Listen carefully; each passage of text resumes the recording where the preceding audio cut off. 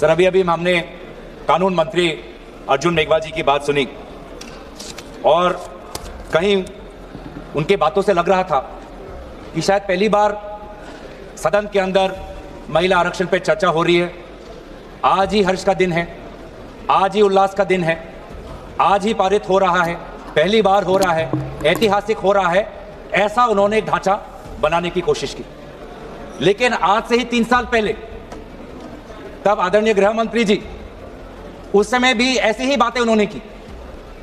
और अगर आप दोनों के वक्तव्यों को सुनेंगे तो मुझे लगता है कि 90% आदरणीय गृह मंत्री जी ने उस समय जो कहा वही आज कानून मंत्री जी ने पढ़ के हमको दोबारा सुनाया। उस समय भी आदरणीय गृह मंत्री जी ने हम सबको श्री गणेश करने के लिए आह्वान जताया था कि आइए, इससे 2023 से पहले 5 बार महिला आरक्षण पर विभिन्न प्रकार के कानून लाए गए हैं। इस बार तो प्रधानमंत्री मोदी जी उन्होंने एक सशक्त कदम लिया है, इस बार हो जाएगा। उस समय भी ऐसी बातें थी और उस समय भी हमने यही बात की थी जो हम आज आपके सामने कर रहे हैं कि हमारी पार्टी कांग्रेस पार्टी महिला आरक्षण के पक्ष में है, पर कृपया महिला आरक्षण को आप सरल करिए ताकि महिला आरक्षण जिस समय कानून पारित हो उसी समय लागू हो जाए और 500 जो हमारे 543 है लोकसभा की जो वर्तमान जो हमारी ताकत है उस पर लागू हो जाए, उसको परिसीमन के साथ मत जोड़े। उस समय भी ये बात कही, आज भी हम ये बात कह रहे हैं। उस समय भी हमने ये बात कही थी लोकसभा में, आदरणीय हमारी कांग्रेस दल की नेत्री श्रीमती सोनिया गांधी जी ने यही बात कही थी कि हम महिला आरक्षण के पक्ष में हैं, पर इसको आप परिसीमन के साथ मत जोड़िए। और अगर आप महिला आरक्षण आप वर्तमान उस समय में 2024 के इलेक्शन में ही लागू करिए, उस समय भी हमने ये गुहार की थी। उस समय हमको आदरणीय गृह मंत्री जी ने कहा कि नहीं, डिलिमिटेशन कमीशन करना पड़ेगा। और मैं आदरणीय गृह मंत्री जी को, मैं उनका जो स्पीच है उनके उसके ही मैं भाषण में एक लाइन उन्होंने कही थी जो मैं आपको इस सदन के इस चर्चा में लाना चाहता हूं। उन्होंने खुद कहा कि जैसे ही लोकसभा चुनाव पारित हो जाएगा, मतलब 2024, उन्होंने खुद कहा कि जैसे ही लोकसभा चुनाव पारित हो जाएगा तुरंत जनगणना होगी, तुरंत परिसीमन होगा, तुरंत महिला आरक्षण लागू होगा। अब 3 साल में ऐसी क्या बात बिगड़ गई? 3 साल में ऐसा क्या बदलाव आया कि लोकसभा चुनाव के बाद बस 2 साल ही हुए हैं और अगर आप इस विधेयक के statement of objects and reasons पढ़े तो खुद आज सरकार यह कह रही है कि जो अगला जनगणना होगा, जो अगला परिसीमन होगा, उसमें काफी समय होगा, काफी समय लगेगा और काफी उसमें डिले होगा। ये दोनों बात अलग है।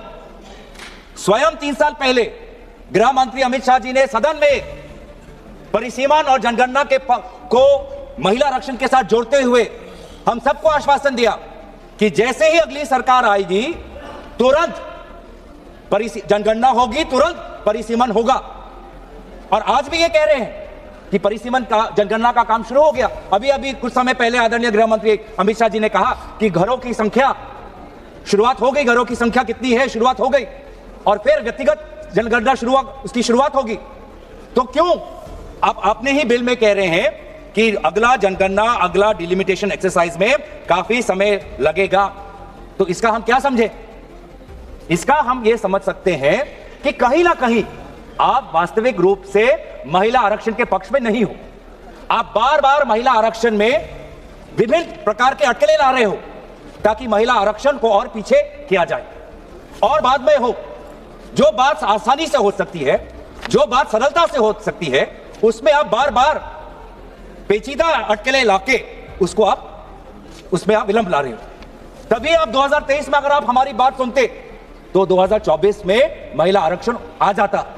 और आज भी हम कह रहे हैं कि इस महिला आरक्षण को आप परिसीमन के साथ मत जोड़ो, महिला आरक्षण लाओ। वर्तमान में जो हमारी ताकत है 543, उसी पे आप लागू करो, हम पूरा आपका समर्थन करेंगे। 2029 में लाना चाहते हो, कृपया लाइए। पर जो बात आपकी, जो हर बात में आप जो राजनीति करते हो, सिंबोलिज्म की पॉलिटिक्स जो करते हो, ये साफ साफ इस आपके इस बिल में, तीनों बिल में दिख रहा है कि ये आपका महिला आरक्षण लाने का बिल नहीं है, ये देश को बैकडोर के द्वारा परिसीमन करने का ये बिल है। ये आपकी मंशा है। महिला आरक्षण बिल नहीं है ये, हम परिसीमन की आपकी ये मंशा है, उस पे आप महिला आरक्षण का आपने एक लेबल लगा दिया है, ढांचा लगा दिया। कितनी दुख की बात है, कितनी शर्म की बात है कि अब महिला आरक्षण को ही आप ये ढांचा मिला, महिला आरक्षण ही आपका सुरक्षा कवच बना आपकी राजनीतिक मंशा को छुपाने के लिए, और कोई आपको विधेयक नहीं मिला, मतलब आपकी ही मंशा नहीं है। और दूसरी बात यह है कि विलंब क्यों? पहली बात तो शंका इस बात पे उठती है कि आप महिला आरक्षण के पक्ष में नहीं हो, नहीं तो आप तुरंत लेके आ जाते। और दूसरा जो शंका मन में पैदा होता है कि आप जाति जनगणना के पक्ष में नहीं हो, क्योंकि 2023 और 2026 के बीच में एक ही अंतर आया है। 2023 में भी आपकी सरकार, 26 में भी लोगों ने आपकी सरकार लेके आए।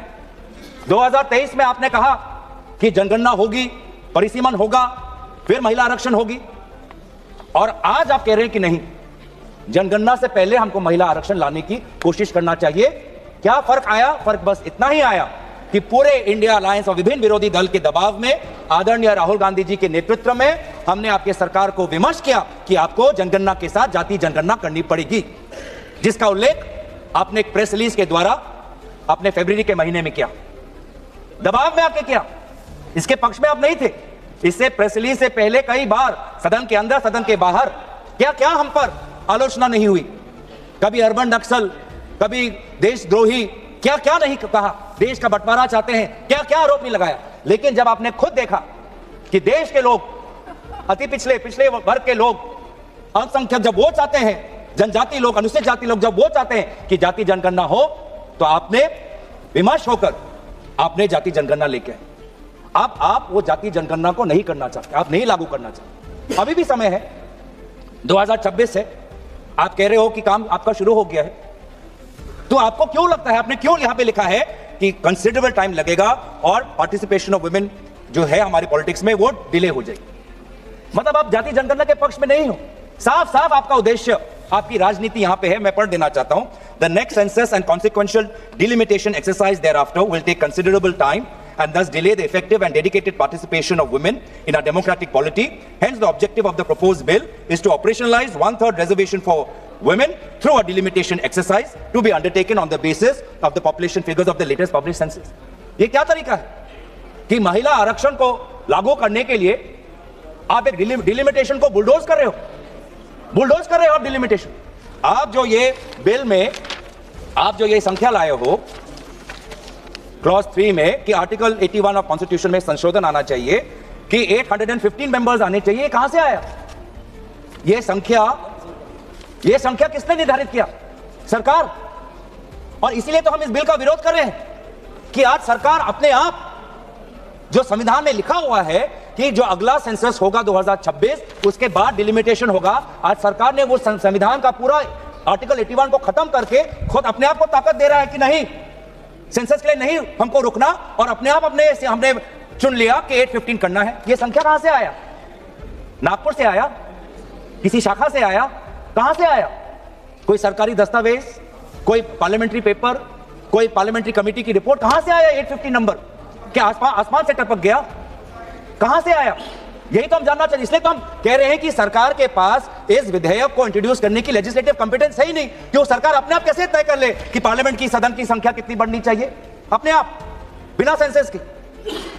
तो बार बार यह हमको पता चलता है कि आप डिलिमिटेशन को एक राजनीतिक अस्त्र के रूप से, आप इसको एक हथियार के रूप से आप इसको व्यवहार करना चाहते, जो मंशा नहीं थी। जो हमारे संविधान के निर्माता थे, डिलिमिटेशन किसी राजनीतिक दल के राजनीतिक हथियार के रूप में निर्माण करना उनका मंशा नहीं था।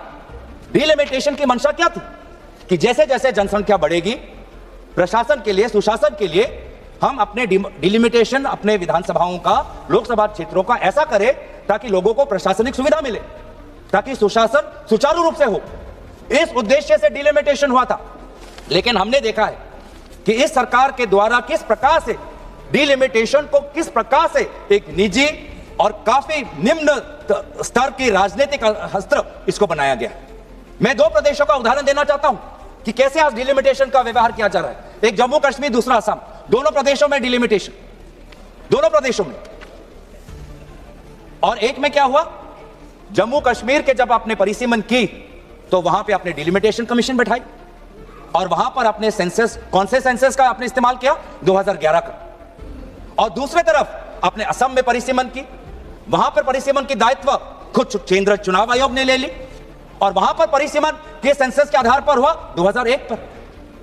आप सोच समझ सकते हो कि भारत में 21वीं सदी में 2022 से 2023 में लगभग वो 1.5 वर्ष के कार्यकाल में भारत के 2 प्रदेशों में परिसीमन हो रहा है, एक 2011 के सेंसस के आधार पर, एक 2001 के आधार पर, एक जगह डिलिमिटेशन कमीशन, एक जगह चुनाव आयोग। तो साफ साफ पता चलता है कि यह डिलिमिटेशन किसी प्रकार से नागरिकों को, आम नागरिकों को सुविधा देने के लिए नहीं, डिलिमिटेशन बस आप अपने राजनीतिक सत्ता को और मजबूत करने के लिए, अपने राजनीतिक जड़ों को मजबूत करने के लिए आप इसका इस्तेमाल कर रहे हैं। डिलिमिटेशन का तात्पर्य क्या था कि हर जो क्षेत्र हो, चाहे लोकसभा क्षेत्र हो, चाहे विधानसभा क्षेत्र हो, उसकी जनसंख्या लगभग समान होनी चाहिए। मैं बताऊं असम में क्या हुआ? असम में एक लोकसभा है 14 लाख लोगों का और एक लोकसभा है 26 लाख लोगों का। 26 लाख लोगों का, ये किसकी सुविधा देख रहे हो? किसकी सुविधा देख रहे हो? आम नागरिकों की तो नहीं हो सकती, क्योंकि वो 26 लाख का लोकसभा क्षेत्र इतना बड़ा है, वो किसी प्रकार से, किसी ना प्रशासनिक रूप से ना सुशासन के रूप से वो किसी का फायदेमंद हो सकता है। ऐसा डिलिमिटेशन हुआ है सर कि एक विधानसभा में कहीं 4 जिला परिषद और कहीं 2 जिला परिषद। ऐसा डिलिमिटेशन हुआ है कि एक पंचायत में 10 वार्ड, 2 वार्ड एक विधानसभा में, 3 वार्ड दूसरे विधानसभा में, 3 वार्ड चौथे विधानसभा में। यह है परिसीमन। और अफसोस की बात, इसको हम चैलेंज नहीं कर सकते। और यही जो आज इस प्रकार को अमेरिका में कहते हैं जेरीमैंडरिंग, पूरा कंप्लीट पॉलिटिकल एक्सप्लॉयटेशन, कि कोई एक ज्योग्राफिकल कंटिग्यूटी होती है सर। डिलिमिटेशन में एक और चीज होती है कि geographical, besides administrative efficiency, geographical contiguity होनी चाहिए। लेकिन आज आपने ऐसे क्षेत्र बनाए हैं कि एक नदी के इस पार और एक गांव पहाड़ के उस पार। किस लिए? ये किस प्रकार का ज्योग्राफिकल कंटिग्यूटी है? मैप देखिए सर। अब यही चीज जो उन्होंने असम में किया, जो उन्होंने जम्मू कश्मीर में किया,